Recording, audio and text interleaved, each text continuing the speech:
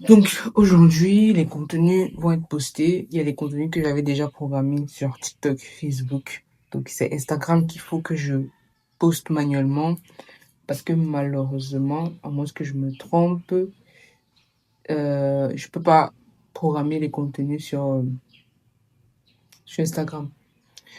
Bon, malheureusement, encore la connexion dérange depuis hier. J'ai de la difficulté à créer du contenu pour la semaine prochaine. La chance que j'ai, c'est que toute cette semaine, j'ai déjà produit les contenus. Donc, je vais poster les contenus. J'ai déjà posté les contenus. Il n'y a que Instagram qu'il va falloir que je poste manuellement. Mais TikTok, Instagram, TikTok et Facebook, tout est déjà posté. Donc, ce que je vais faire cette semaine, je vais observer les contenus qui marchent et ceux qui ne fonctionnent pas, voir comment améliorer. Et hier, vu que la connexion dérangeait, j'ai eu à travailler sur le parcours client parce que c'était extrêmement important de comprendre comment est-ce que j'allais structurer le parcours client jusqu'à l'achat et le service après achat qui est extrêmement aussi important. Et j'ai eu aussi l'opportunité de lire le livre de Alex Hormozy, 100 million offer. Je crois que c'est ça. Et le livre est quasiment en anglais et c'est pas évident à lire de toutes les façons. C'est un livre qui va beaucoup m'aider à peaufiner l'offre parce que je pense que c'est important. Et l'avantage, c'est que je vais pouvoir appliquer directement par rapport à ce que je fais. Donc actuellement, je vais essayer de poster ce qui doit être posté sur Instagram aujourd'hui. Et d'ici ce soir, je vais voir comment est-ce que les contenus ont réagi sur TikTok, Facebook et Instagram.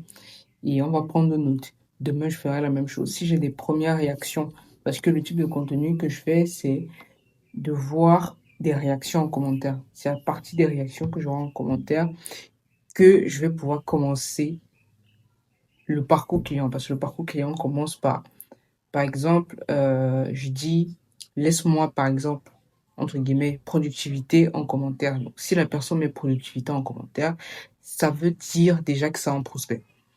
Et c'est beaucoup plus facile de le faire. Ça m'évite en réalité de créer du contenu juste pour créer et de DM tous les gens qui vont peut-être m'écrire en commentaire. Non, je vais DM uniquement les gens qui vont écrire entre guillemets le mot que j'ai demandé qu'ils mettent en commentaire. Ça me prouve déjà que ceux-là, ce sont des potentiels clients, donc des prospects.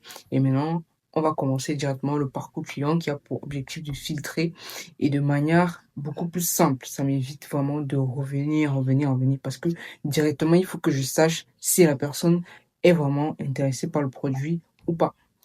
Et il faut que je sache est-ce que le problème que la personne a, mon produit ou mon service résout ce problème. Donc, c'est ce qu'on va voir cette semaine. C'est vraiment en mode données cette semaine. Je m'attends pas véritablement à faire des ventes vu que je ne fais que du contenu organique. Je fais pas du contenu publicitaire. Je vais travailler uniquement sur du organique à 100%. Donc, je pense qu'avec du contenu organique, si c'est bien fait, tu peux gagner beaucoup en termes de ratio risque-récompense par rapport à ce que tu risques et ce que tu gagnes. Parce que mettre l'argent dans la publicité, si déjà tu sais même pas s'il y a des gens qui sont intéressés, ça peut être du gâchis. Tu vas peut-être mettre 10, 15, 20, 30. Donc peut-être plus tard, je mettrai la publicité pour booster un peu plus vite. Mais actuellement, je ne pense pas que c'est l'idéal. Donc, on va voir ce que ça va donner, les contenus qui vont marcher et ceux qui ne marcheront pas. Je vais vous tenir un peu au courant de l'évolution globale. Donc, actuellement, je vais me connecter sur Instagram et poster tout ce qu'il y a à poster. Et puis voilà. Donc, on se retrouve à une prochaine vidéo. Voilà.